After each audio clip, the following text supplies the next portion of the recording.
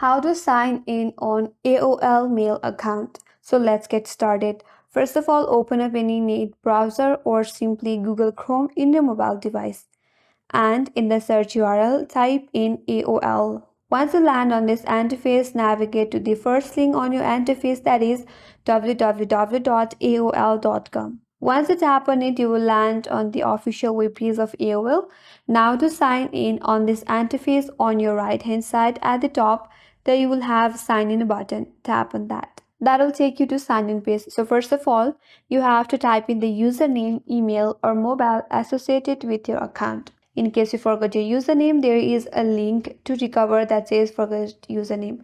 Tap on there and that will help you out to recover your username. Or if you don't have an account yet, you can create an account, or you can simply continue with a Google account or a Yahoo account as well. So type in the username, email or mobile, then tap on next. And on the next step, you have to enter your password. Make sure you enter the correct password associated with the account, and after that you will be logged into your AOL Mail account. So that's how you can log into AOL Mail account, and that's all for today's video. Hope this video helped you, and if you are new to our channel, make sure to subscribe, like, comment and hit that notification bell icon. Thanks for watching and I will see you on next video.